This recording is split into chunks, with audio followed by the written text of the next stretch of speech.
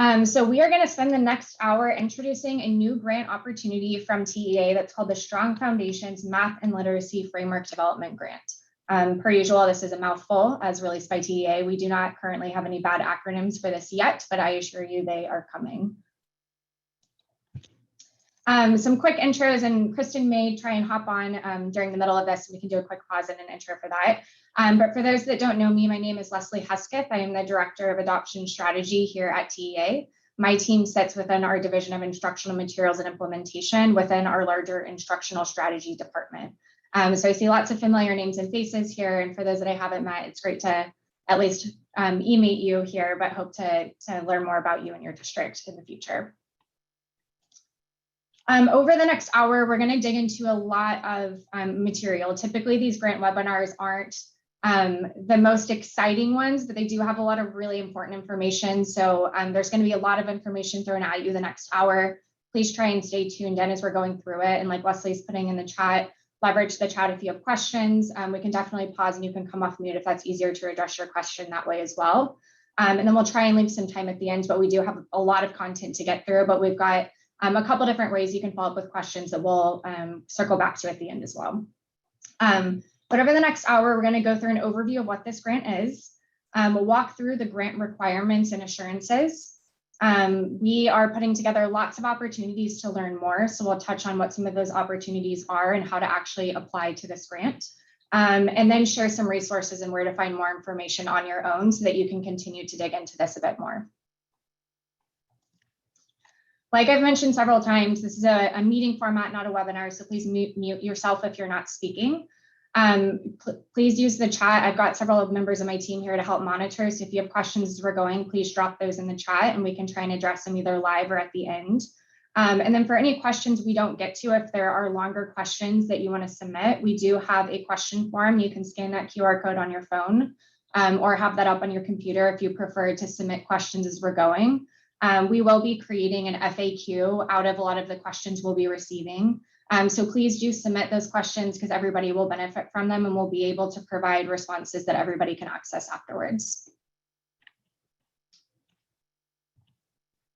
All right, I'm going to go ahead and get started with the 10,000-foot view about what this grant is. And again, this grant is called the Strong Foundations Math and Literacy Framework Development Grant. So I'm going to start again at a very, very high level and actually name that this grant program is part of a larger Strong Foundations grant program that's written into statute. So I won't get into the weeds of everything the statute says, but I do think it's helpful context as you are thinking about your district's participation in this, knowing that this is part of a larger grant program. As a whole, the Strong Foundations grant program is intended to provide supports to get all third graders reading on grade level. So the larger Strong Foundations program, which we'll dig into a bit more in the next slide, is meant to provide a suite of supports intended to help districts get to that third grade level of all students reading on grade level. This Math and Literacy Framework Development Grant is one component of that larger grant program. And it's really meant to be a foundational planning support that districts can use to really build the why behind a lot of instructional changes. So we really see this as a really helpful precursor to a lot of other work that can happen down the road, and that's going to be involved in this larger suite of Strong Foundation supports. To give you a look at what's included within this larger Strong Foundations bundle is what we're calling it, is there's really three big buckets that we're going to be aligning a lot of the TA supports into over the next coming years. And some of these supports, if you guys are engaged in T-Class or other TA initiatives, will likely fall into these buckets in different ways because we really are trying to build a more comprehensive package to help districts and charters make the connections between several TA initiatives that in some cases are working towards the same goals. So when we look at Strong Foundations as a whole, the first bucket that it's going to be addressing is this foundational district planning supports. And that's where this Math and Literacy Framework Development Grant falls into. And this is really meant of providing supports that help build a strong foundation, hence the name there. Our second big bucket is critical implementation support. So in a lot of cases, those that build a new math or literacy framework may decide to move into looking at their implementation supports, what materials they're using, And there's a lot of supports that can be aligned to help districts actually implement with fidelity there. And then like we were able to provide in T-class, depending on how much funding we have available, we know that things like material subsidies and covering costs and helping to provide stipends for teachers attending trainings and things like that are really, really important drivers of the work. And we want to be able to continue to offer those as we have funding available to do so.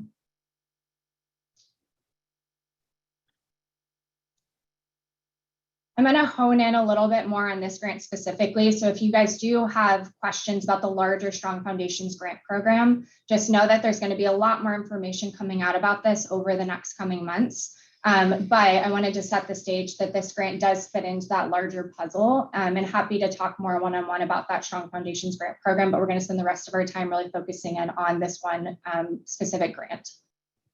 One of the reasons that we decided to create this new grant opportunity of helping districts build an instructional framework in math and literacy is really because we've heard from a lot of districts how important this foundational planning is. And we've kind of heard three themes of feedback. One being that this was a huge of importance of helping to build buy-in across the school system. So I won't read all of our excerpts here. But you can see that this first quote, there's obviously a lot of districts and school systems making some pretty significant changes to address the COVID learning loss still, even though we're a couple of years almost past that. And this can really help build the why and help build the buy-in of their staff. In some cases, we actually heard that a lot of districts maybe had something like this in place pre-COVID. And that when COVID hit, a lot of that just went out the window because priorities shifted so significantly, as did at TEA and I'm sure almost every other organization. And so we're excited to be able to offer this grant for a lot of districts to actually just do a reset, knowing that their landscape looks different and that they may just need to revisit this work, even if they had previous drafts of this pre-COVID. And then we've seen a huge importance of this work guiding key instructional decisions. And one example that I like to use for this is just looking at T-class in those districts who had so many different decision point awards. That's hard to align all of those different supports in a way that works for the district and in a way that's going to build a lot of coherence for teachers and coaches and staff. But if there is a strong math or literacy framework for the district to root back on, we've seen that be really successful and helping to guide a lot of the decisions that do get made down the road.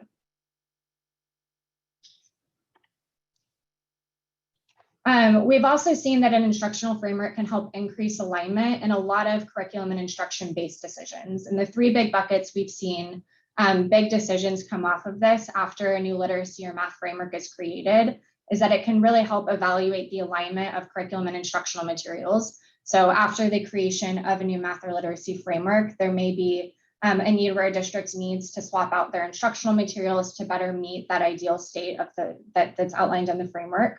It can help enhance professional development and coaching support. So again, increasing that alignment to deciding what those supports should look like. And then we know that so many instructional decisions and changes are coming because of STAR redesign, because kids are going to be exposed to different things on the STAR test at the end of the year. And we want them to be successful for that and be exposing them and preparing them to the right information as we go. And so starting again with the why and kind of building this foundation for math or literacy can help make those stronger connections to STAR redesign. And I'm going to pause there before we get into a little bit more of the weeds of the grant and just check the chat real quick. So if you guys do have any questions, I can pause here for about 1 to 2 minutes and answer any initial questions. And Leslie, if there are questions that you've found, feel free to elevate those.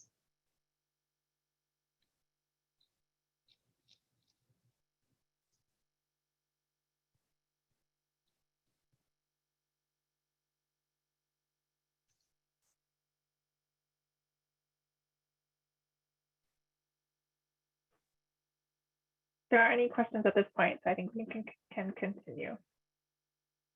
Sounds good.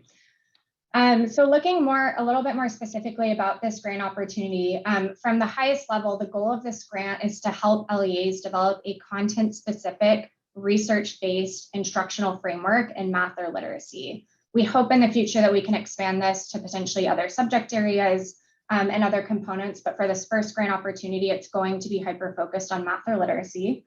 And again, from a high level, this grant is going to cover things like support for a collective learning series that's focused on the research of how kids learn. And this learning will be supported by a third party so that all district staff can be active learners.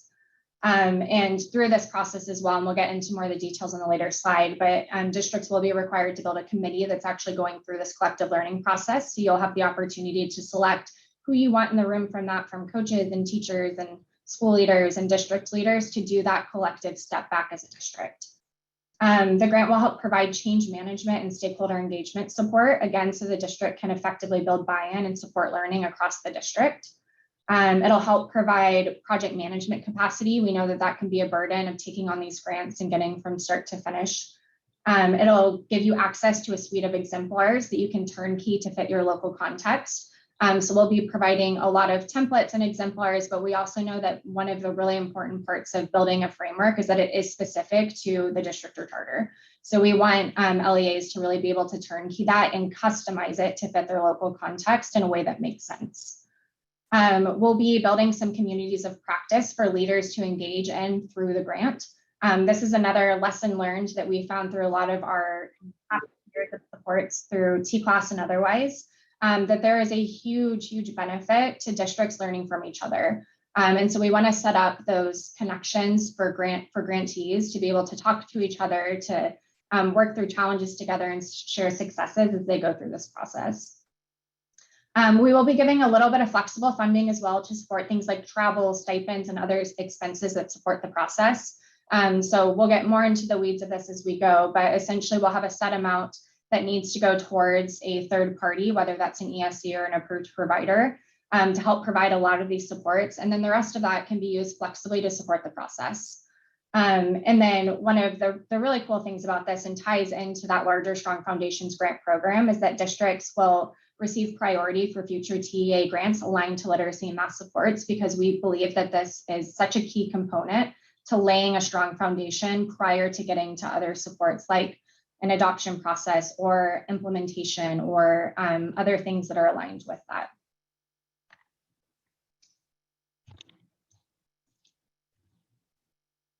So I'm going to take you through what we call a 5-step process to getting from point A of we don't have an instructional framework all the way to getting towards implementing a new instructional framework. So I'm going to go through each step in a little bit of depth there, and then I'll pause for some questions at the end. Awarded districts that apply and are awarded through this grant, again, will be taken through this 5-step process that focuses on building a roadmap, so doing a lot of that planning up front, building a communications plan, going through that collective learning process on the research of how kids learn in math or literacy, actually developing the framework and then voting on a final framework, and then moving into implementation. And again, all of this stuff will be supported by an approved provider that will help with each step in the process. Honing in on our first step, building a roadmap. Again, this is going to be some time for awarded grantees to just plan. So in that planning phase, we will be looking for districts to build a math or literacy committee. Again, this committee should be really strategically chosen from different stakeholders within your district. And we'll be giving some guidance of what that could look like, because there's a lot of different ways you can do it. And we're excited to, I'm jumping ahead a bit, but we're excited to offer some panels because we've got some examples of districts that have actually done this drastically different. And I think showcase really well how that committee can be strategically chosen. The roadmap phase will be planning the framework development process. So we want districts to really take some time understanding what they're backwards planning from and when their key decisions need to be made down the road to ensure that the project plan more or less for this grant is on track to provide you with the right information as you make decisions in the spring. And then create a norm on decision-making processes as you go. So there's going to be a lot of iterating, deciding on a final framework. And we want to make sure that everybody upfront understands what that decision-making process is. We will spend a lot of time building a communications plan. Building a framework is great, but if you don't communicate it well, then nobody's going to know about it and it's not going to be able to get put into action. So we'll be providing a template again for districts or charters to turnkey to fit their local context to build a robust communication plan. This will include determining larger stakeholder groups. So there may be LEAs that want to decide to invite community members or higher education or communicate out the new framework to your community after it's created. So we want to spend some time digging into what stakeholders should be involved or should be communicated to after the framework is created, and then developing a customized communication plan for each of those groups. And then it's also important to keep that core committee and those stakeholders kept up to date throughout the process. So the communication plan will also build out how are we making sure that we're communicating with our own committee and our districts throughout the process. This collective learning series is really just that time for a district to take that step back and focus on the research in math or literacy, depending on which framework you've been awarded for and applied for. The committee will be going through this collective learning series, and the committee will be required to attend the collective learning series, but you've got some flexibility to decide the scope and sequence for that collective learning series with your approved provider ESC. And then we hope at the end of that, you'll be able to really stamp a lot of those key takeaways and be able to take that information and start to put it into a couple of different drafts of the framework. And then obviously we move into that develop framework phase. And the framework itself should be developed based on the learning and start to draft that vision in new framework in math or literacy. This is going to go through a lot of different rounds of revision. So there needs to be those systems and structures set up to get feedback and iterate on new drafts, and then ultimately get to a point where your LEA can vote on the final framework.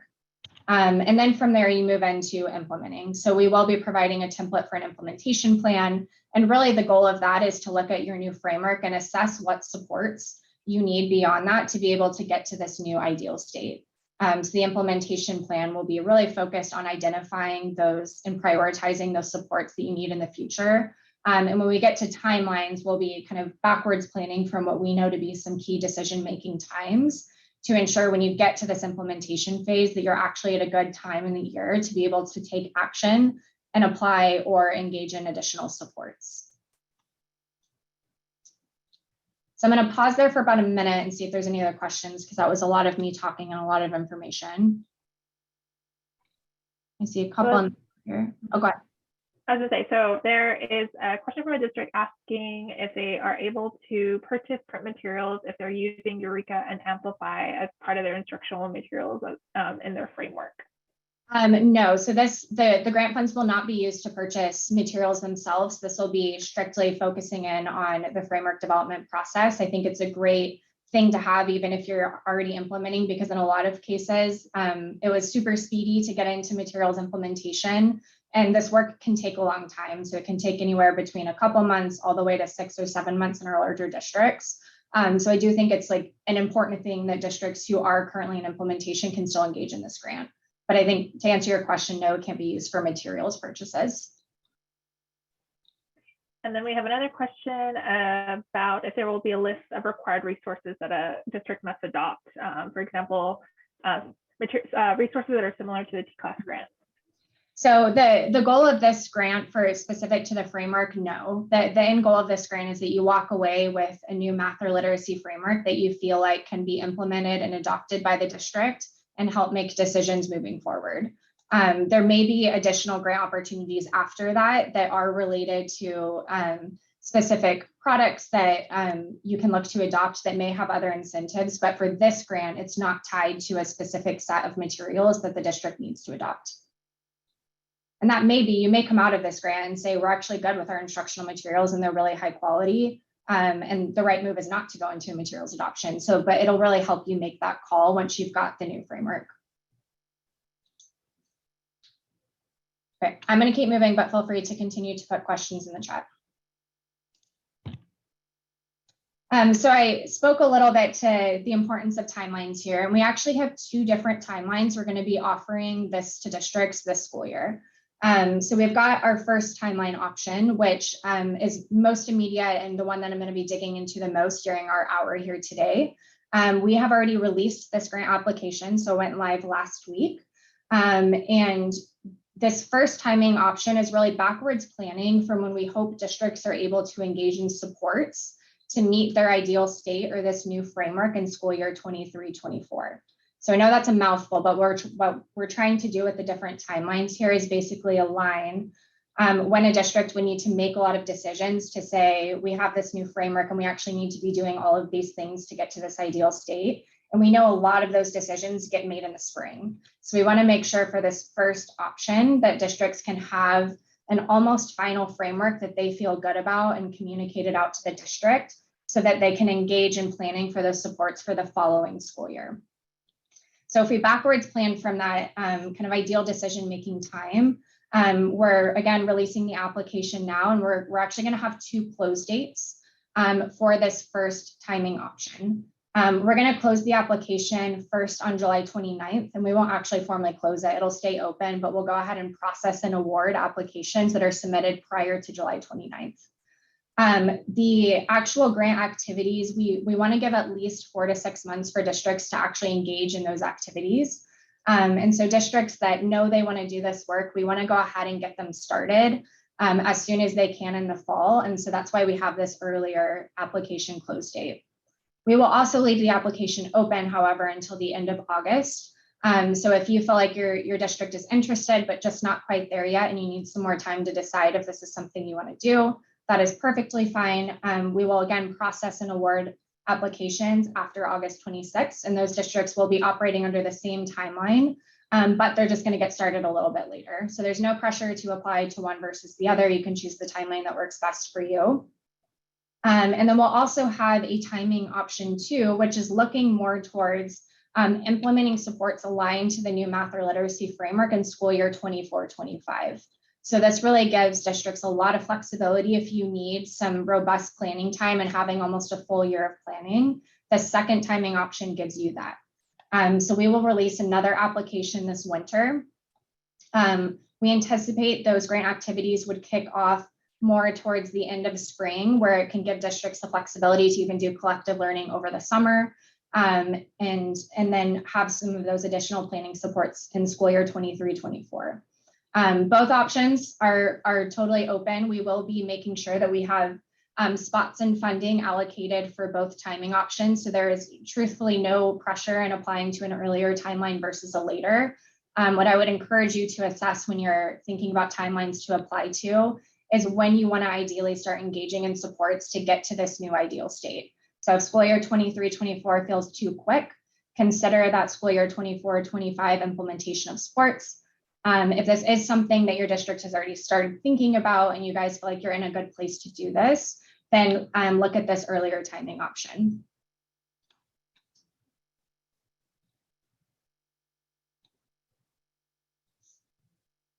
I'm looking at questions in the chat real quick. Yes, we will be uploading a PDF of the application that should go up here very, very soon. We just needed to get it into a different format. But happy to email that one off to folks too if they'd like it earlier, but hopefully it can go up today or tomorrow.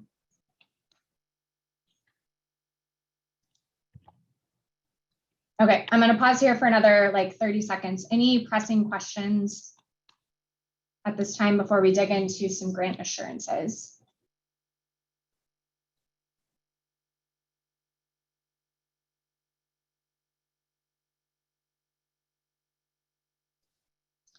Yeah, some good questions about the overlap with RSSP, which was decision 1A in T-class. I think this pairs really, really well with RSSP. We actually did a lot of thinking with the RSSP team and of how this overlap could work, because this is some of the work that RSSP districts have started in, but actually the overwhelming feedback we got is they didn't have enough time to do this work. So I think this can pair really well with RSSP. Because it's really just a, time and funding to be able to dig into this specific component of it a lot more. The grant award amounts are not listed, but we will be sharing that information soon, but it'll be comprehensive enough to cover a TA provider and then those flexible funds, which I'll outline on a later slide. This will be a direct grant.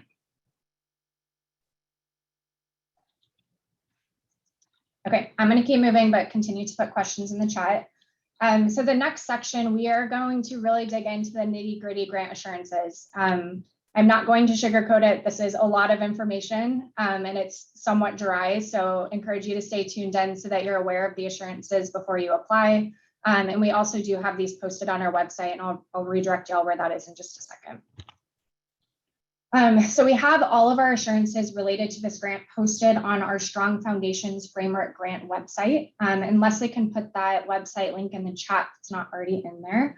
But we have a PDF up of all of these assurances. So I'm going to go through them in depth here and kind of go one by one, but also encourage you to pull that PDF and review it on your own as well.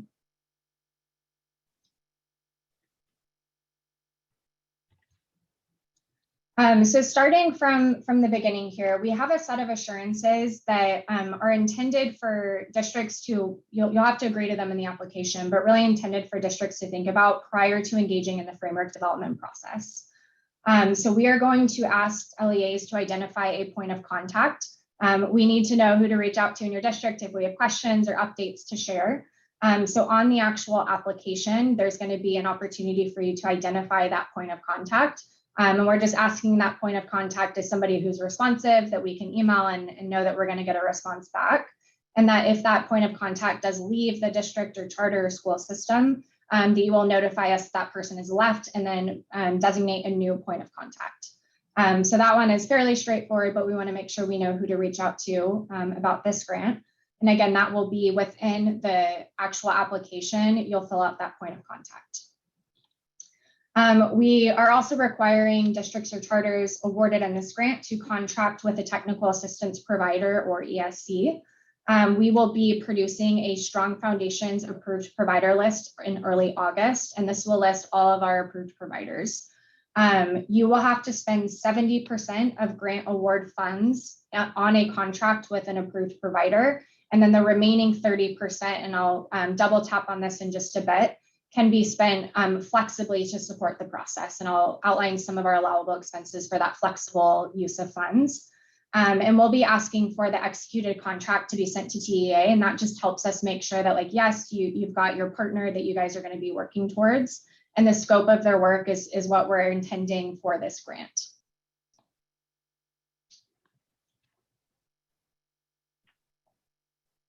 Leslie, I want to interrupt here. We have one question from a district asking if you could elaborate a little bit about the collective learning series and if that applies to the second row that we have here on the screen. Yes, so the collective learning series is essentially a professional learning series that every school system that is awarded in this grant will do with their approved provider. So approved providers will be actually delivering the collective learning series on the research of how kids learn in math or literacy, depending on what your district is engaging in. So that'll be the role of the approved provider in that sense. And it is relevant to the second row, just that your approved provider, the actual contract needs to be within the scope of the services that we're talking about here. In our vetting process, we're going to be doing a similar check for them so that they know what work they're supposed to be providing to you all. But once we get that submitted contract back from all school systems that are awarded, we'll be able to do that final check and say, yes, everybody is contracted for the right things. So yes, it's worked into there, but there's an assurance really honing in on the collective learning series as well that we'll dig into. And then I see one more question about the TA providers. Yes, there will be a list you can choose from. And I'll go into a bit more detail about this too on a later slide, but I'll give you a heads up and then we can circle back to it. That on the application, there will be a spot for you to identify a preferred approved provider that you like to work with. So if your district or charter has historically worked with X TA provider and you really like working with them, we want to be able to reach out to them and make sure they know about this opportunity as well and have the same opportunity to get vetted, go through the trainings that are required of them, and be on the approved provider list.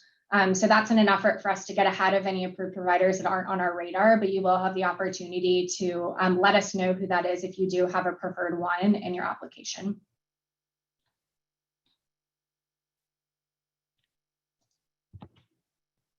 Okay. And I think this is starting to get at a couple questions I see bubbling up.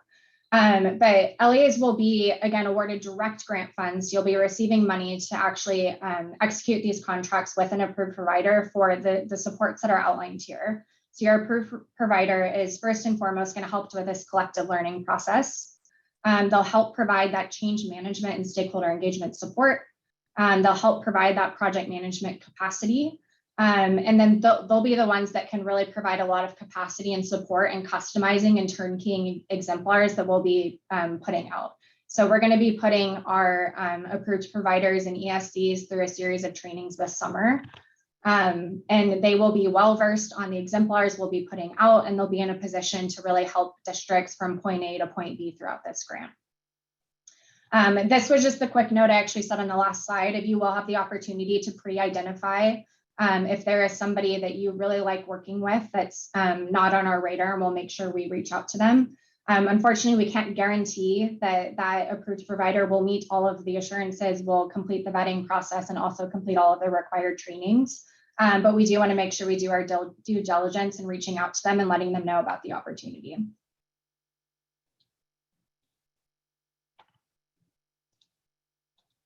The remainder of the assurances, and you'll see them outlined like this on the PDF too, are aligned to this 5-step process. So within each step, we're going to have some key deliverables that we're going to be collecting, and that your approved provider that you select is going to be supporting you in each step of the process. So I'm going to go through, similar to what we did in the first section, of each of these steps here and highlight the assurances that are correlated with each. So in our first phase, the create a roadmap phase, there's a description of this, but really from a high level, it's mapping out those milestones, the goals, building out a committee and those decision-making protocols. And the assurances tied to those are that the LEA agrees that to create this roadmap, we will be providing a template, and we'll be asking your approved provider to help you fill that out and submit it on your behalf. But we do want to make sure that that folks are completing the actual roadmap and the planning components. And then one of the most important parts of this process is developing that committee and making sure that you're bringing along stakeholders in the process. So we have an assurance tied that you're agreeing to create a comprehensive committee that is representative of the district for math and literacy. So that doesn't just contain your district leaders, that contains teachers and coaches and school leaders and district leaders, and that you can be a little strategic about who you're pulling into those different positions.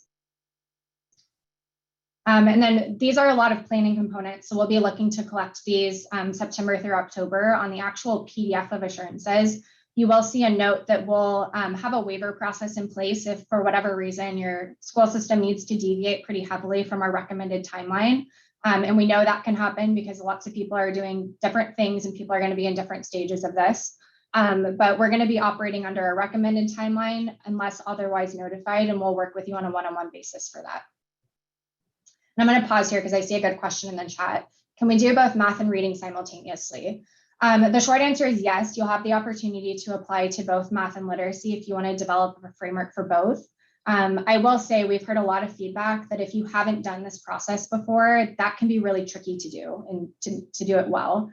If you are interested in doing that, my recommendation, and again, you can decide what's best for your local context, but my recommendation is to apply to one in the first option, maybe the one that you feel a little bit more comfortable about, and then apply to that option 2 and do the other subject area then. I think that's a good way to stagger the work too, but you will have the opportunity to apply to both.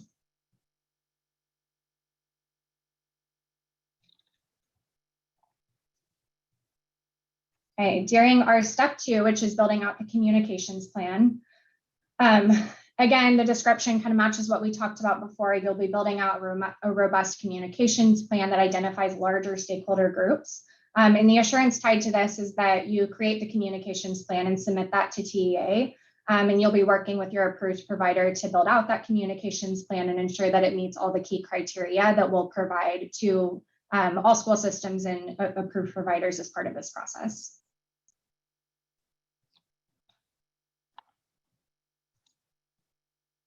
In our collective learning phase, again, this is going to be a time for that committee to take a step back and look at the research of how students learn in math or literacy.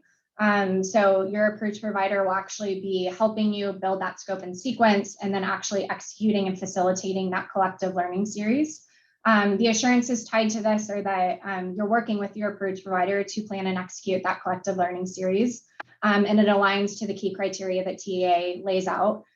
For this specifically, we will be putting our approved providers and ESCs through trainings on the research in math and literacy. So they're going to be engaging in a lot of trainings this summer. We're actually going to all 20 ESCs and hosting in-person trainings over this, and we'll have a couple options for our TA providers to join us virtually and in person for those as well. And then the second assurance tied to this is that the school system agrees that committee members will attend the collective learning series.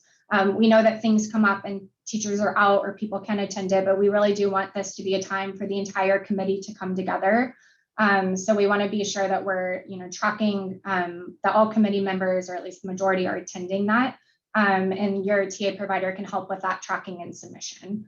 So the evidence here is a little bit more robust in that we will be asking for a professional learning plan that's created for the committee. We will be asking for exit ticket analysis from the collective learning series, and the assurance that we put on approved providers is that they have to do the analysis. You'll just have to submit all the information to them. And that committee members attend the collective learning series, submit the exit tickets, and submit all of that to TA providers to be able to analyze. Ideally, we'd like this collective learning series to hit around September to November to leave adequate time for that actual framework development process.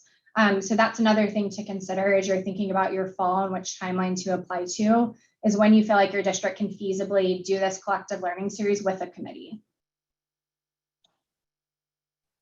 Great questions in the chat. So are there any guidelines for the size of LEA's committees? And I'm actually really excited for one of our panels. We have heard districts do this vastly different ways. What we've pulled from the research actually of how people have done this in the past, and then talked to a bunch of districts about how they held this. We've had some that had committees as small as 8 to 10 people. And we've seen some districts with committees as large as 60. So it really is a highly customizable piece of this grant that you should decide what stakeholders you need. And in some cases, it may not even be a max or min stakeholder number, but rather who do you need in the room for your district to roll out a new framework successfully. And that's how you gauge how many people you should have. So we'll be providing some more guidance about how to do that. And things to think about there, but this will also be something that you'll kind of have to sit down and strategically pick those committee members based off of what opinions and points you want in the room to do that collective learning step back.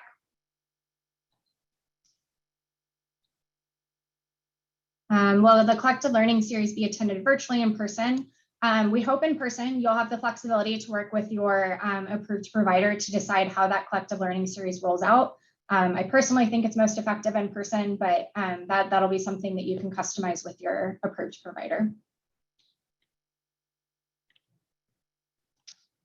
Okay. And then moving into our step 4, which is developing the framework.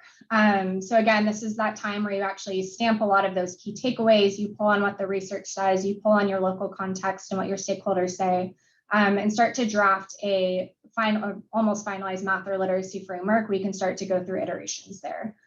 So the big assurance here is that you actually agree to creating a finalized math or literacy framework that's reflective of the current research of how students learn, is actionable, and contains key criteria outlined by TEA. So this is another good example of we'll be providing some guidelines and a template for school systems to use in this process. But what we've also heard is this needs to be something that you own as a district or charter, and something that you feel a lot of ownership of. So we'll be providing the key criteria, but largely we want you to customize this and make it fit for your district and make it be something that you really feel like is actionable and can be adopted. We're going to be having a couple checks throughout the way, because this is, the goal of the grant to come out with a research-based TEKS aligned new math or literacy framework. So we are going to be looking at was that created, and does it contain the key criteria that we outline? We will be asking for a final draft to be submitted for TEA so that we can do a quick check against those criteria and make sure that all of our approved providers and ESCs are providing the right information and the helpful information. And we'll give you some feedback so you can go back and then make a final draft. And then one of the things we know, and that I'll get into a bit more in later slides, is the importance of district leadership being in this process. This can be something that can drastically change decision-making around instruction, and we hope really drives a lot of changes moving forward. And that can be really difficult if you don't have the support from your district leadership, like the superintendent or CAO. So throughout this grant, there is a heavy involvement of district leadership to make sure that they are good with what gets produced, that they're involved in the process. So we are asking them to actually do a sign off on the final framework that gets created, and that does get communicated out to the school system.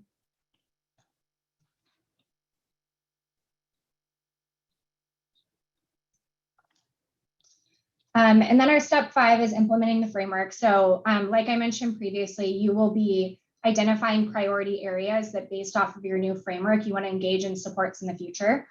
So we will have an implementation plan template, and you'll be required to fill out with your approved provider that template and submit this implementation plan that identifies those implementation priorities. And this will depend for the timeline that we're talking about now for this option 1. This will obviously come a little bit later, so February of 2023, when you've got your new framework in place. And then this will be much later for those looking at that option 2.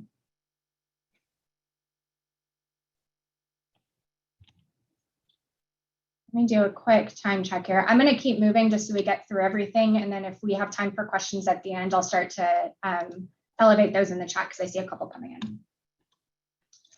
One of the things I named previously was the importance of having district leadership on board. So we know that this can be time consuming in some cases, but we really do think it's a key criteria for success for districts going through this work.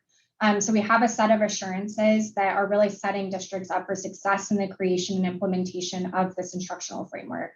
And those assurances fall into 3 big buckets: that there's approval by leadership for districts to actually participate in this grant, that we have the right leadership sign-offs on key deliverables and participation in learning activities, and that we are asking for leadership participation in those communities of practice so that we can continue to learn from other districts and problem solve as we go through this. So the first of those, just looking at the approval by leadership for LEAs to participate in the grant, we will be asking superintendents or CAOs or an equivalent role to actually sign off on the grant application.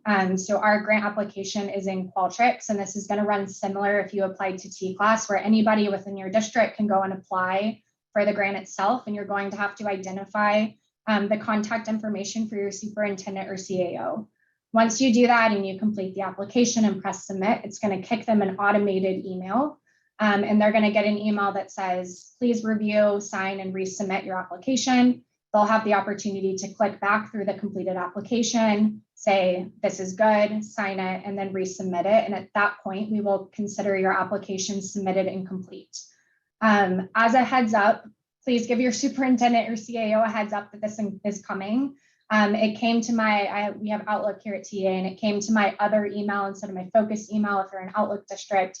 Can't speak to where that's going to pop up in our Google districts, but make sure that you do give that person a heads up so that they can see that coming. If you do experience any tech issues, please reach out to our team, but it'll likely go to kind of that other folder that they can check, and we'll drop a quick FAQ about the subject line that you can search if you guys have trouble finding it.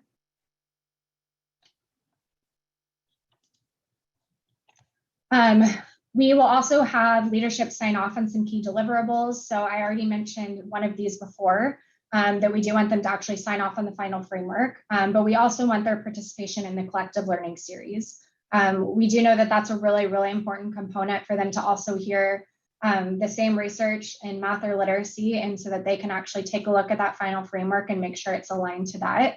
And it's an important part of the process to have a variety of those district or charter stakeholders involved in the process. So we are asking that your superintendent or CAO or equivalent role to attend the collective learning series. We are asking that they approve, again, the framework, the adoption and the implementation process of that newly developed framework, and that they sign off on the final thing.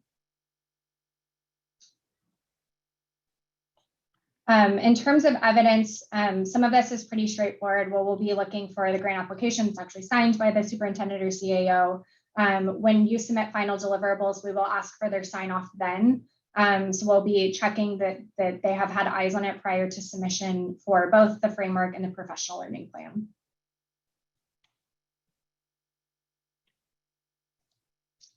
And then this last one, participation in communities of practice. We will be hosting monthly communities of practice and bringing districts together We will be putting like districts together. So you are hopefully sitting in a virtual room with other districts or charters that are similar in size and demographics to your own district. And so that you guys can really feel like you're navigating challenges and talking through successes and things that went well through this process together. So we are asking that, again, the superintendent or CAO attends those in addition to the grant lead or the LEA lead for this grant opportunity.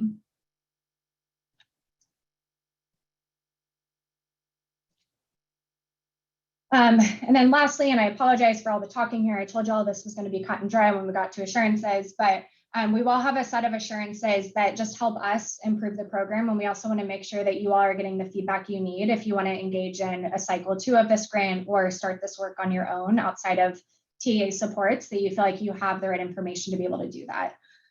So we are going to be asking approved providers to build out a case study, a brief case study. It won't be something that's 15 pages long. But a case study that really documents your LEA's process from start to finish. So this can touch on things that were successful, things that were challenging, how you organized your committee and why, so that we can learn from all of the different ways that this can be done well. And if you need to turn around and do this for science, for social studies, if you did math and you want to do literacy, you also have all of that documented. And this is something that you can share out with your larger stakeholder group. So the assurances tied to that is that you agree to a case study being built out about your LEA and that you're working with your approved provider to actually build that out and make sure to have the right information. And then that will ultimately get submitted to us, but you guys will also have leverage to communicate that, put it out to the district as however you'd like. And then per all grants with TA, we will be sending out some surveys. We want to make sure that our approved providers are helping you guys through the process and that you're getting what you need out of this. And we also want to know what we can do to improve. So we'll be sending out quarterly surveys, and we just ask that you distribute these to your committees. We want to make sure we get everybody's perspective and feedback from this process. So we'll be sending out about 4 of those and hopefully just on a quarterly basis, and you'll get a heads up in advance of when those are coming. And then last but not least, we will host some focus groups. You'll see the language here is that you need to agree to participating in an end of grant focus group upon request. We may not request everybody to attend those, but we do want to make sure that we're continuing to learn, again, from all the different paths that a district or charter can take in this process. So we'll be hosting some end of grant focus groups, and we may be reaching out to district leadership or committee members involved in this process to do those focus groups.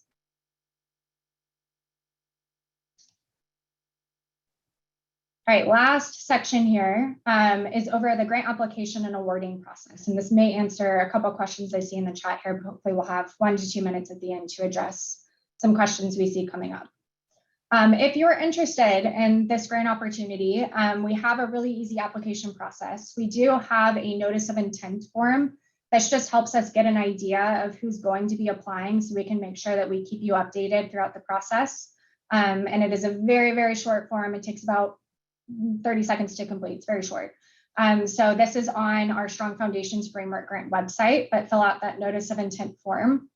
You can learn more about several grant webinars and panels we have happening over the course of the summer, and I'll show those on a later slide, and then apply through the digital application. So that'll be the final step. And then once that's submitted, we've got the sign off from your leadership. We'll go ahead and process and award those on the close dates we listed before.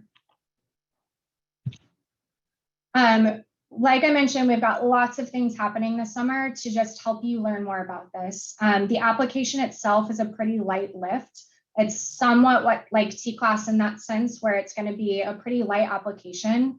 You will have to go through all of the assurances I just listed and agree to those as you're going, but the application itself shouldn't take very long. In lieu of that, we do want to make sure that anybody interested in this grant really understands the assurances, but also gets a taste of what this grant is going to be like before they actually apply. So we're going to be offering a variety of different things over the summer. We're obviously right now in our grant webinar, it's just kind of grant 101 about this new Strong Foundations Math and Literacy Framework grant. We'll also be hosting another one of these on July 11th. So if you're talking to another district, they seem interested in it, let them know we'll be hosting another kind of 101 session in July. We're going to be having a variety of district panels, so you can hear from other districts that have done this work before. I've kind of thrown that in as we've gone through slides, but districts have taken this a variety of different ways and done things differently, and that's great. But I do think that's a good opportunity for you to ask questions about how they did different things and hear their process. Our first one is tomorrow, so we're going to put that in the chat in just a second, so that if you're interested in that, you can go ahead and sign up. And then we'll have some overview sessions on the research that districts or charters will be engaging in that collective learning series. These are going to be really quick hits. They're going to be like hour and a half long sessions that are going to dig a bit deeper into the research in math and the research in literacy of how students learn. So I encourage you to attend one or both of those if you're thinking about focusing on math or literacy. And then we also have just some consultation hours set up if you want to talk to myself or a member from our team and just kind of think through this with your own local context, or if you have really specific questions that's just easier to talk to a person about. Please schedule a one-on-one consult with us. We've got lots of times blocked in our calendar to be able to sit down and talk through this with you. So that's an option too, and that link is also available on the Strong Foundations website. And I see a quick question here. Oh, unless I already responded to it. We'll be recording everything and uploading those to the website. So if you can't attend those live, definitely rewatch them when we get them posted on the website. But I do think it's a good opportunity, especially for those panels where you can actually ask them questions that may be more specific to your district. And then for the actual application. So like I mentioned, the application is going to be somewhat of a light lift. So before you actually get to the digital application, make sure that you re-review the grant information, the timelines that the grant is offered, and you guys have decided if you do want to apply which timeline best fits for your situation, and that you've reread the grant assurances. And then prior to actually applying, and we will get that PDF uploaded so that you can fill out all of that information ahead of time on paper if you'd like. But gather the contact information for the main point of contact for the grant, contact information for your LEA's leadership signing off on the application. So again, that needs to be superintendent, CAO, or equivalent role. And we will be asking for an anticipated number of committee members developing the math or literacy framework. This is something that's really important in the planning process, and we want to get y'all thinking about it. So you will have an opportunity to fine-tune that after we award and you get started with the grant itself. But that's a component of the application that will be on there, but that's the bulk of what's in the application outside of agreeing to the assurances. So not a ton of information up front that you'll need to collect. A quick recap on the timelines for this option one. So to reiterate, we do have this grant open. And then we'll close this at the 2 dates on July 29th, and we'll process and award applications, and then again on the 26th of August. The benefit to doing the earlier timeline, again, if you're really committed to doing this option timing one, is just that you can get started a little bit earlier. So I'd encourage you to consider which timeline works best for you there. When we are awarding, we're going to be considering the LEA size, regional location, whether you're doing a literacy or math framework, and then we'll also be looking at literacy and math 3rd grade STAR scores, and then percentage of economically disadvantaged students. So while we're going to be looking for those components as we're actually awarding, everybody is welcome to apply, and we hope we don't get to a point where we'll have to prioritize districts over others, and that everybody who applies does get awarded. But if we do get into a point where we are have a ton of demand for this, which would be wonderful, we will be prioritizing those with lower literacy or math scores and high percentage of economically disadvantaged students. But everybody should apply, and I encourage everybody to apply because I'm not sure that we'll get to that point.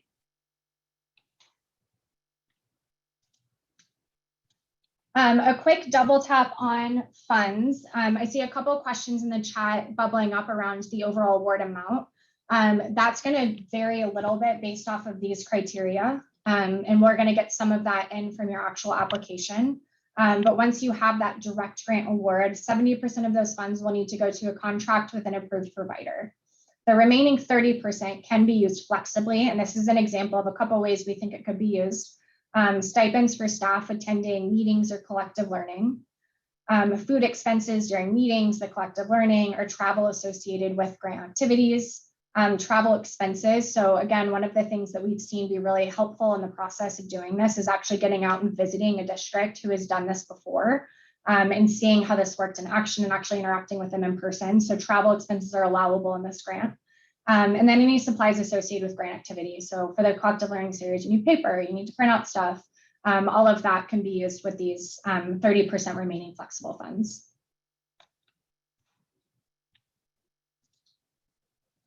And then some quick next steps, and I think we'll have about 1.5 minutes for questions. We will be sharing out these slides. All of these registration links are on the Strong Foundations Framework Grant website, so you can register for all of these opportunities coming up there, and we'll also send this out afterwards. But the quick hits to keep on your radar are the district panels. We'll have those spread out through the rest of the summer.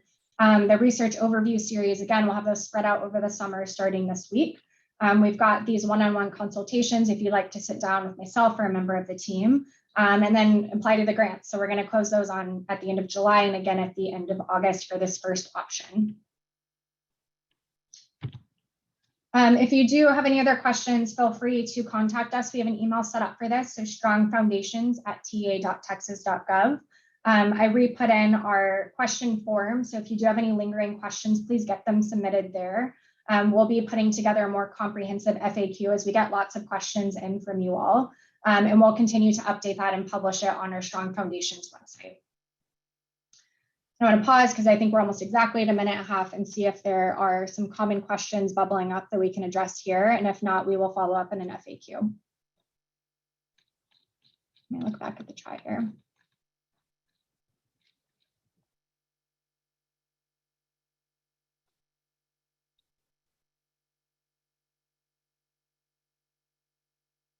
The ballpark amount of funding, it's going to vary by district size, so it's a little bit hard to ballpark it, not knowing what district you're from, but it'll probably vary between around 65 to 70,000 all the way up to 200,000, potentially a little above that, depending on how large the district is. So it should be more than enough funds to cover a contract, as well as that flexible amount to help stipends, food, other expenses incurred throughout the process. And we do, I think I mentioned this, but helpful to speak to that as well. We do anticipate that this process from start to finish takes about 4 to 6 months. So that would be when the majority of grant funds are used while you're actually building out that instructional framework. Oh, yes. Hold on. Let me try and answer this question. You can let me know if I'm answering or not. So there's a question in the chat about how this ties into training goes through grade 3 as well.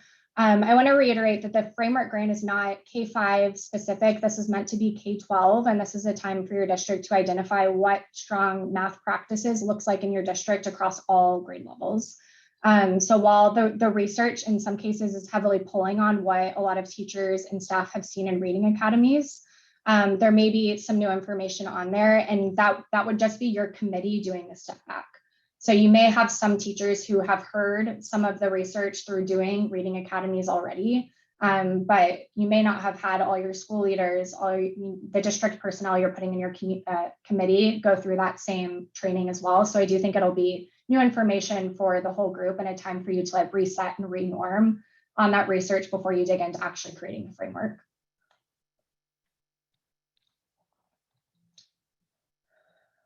Okay, I know we're at time, so I want to be respectful of everybody's time. I'm going to go ahead and stop our recording here. I can stay on for about 1 more minute, but otherwise we will send out a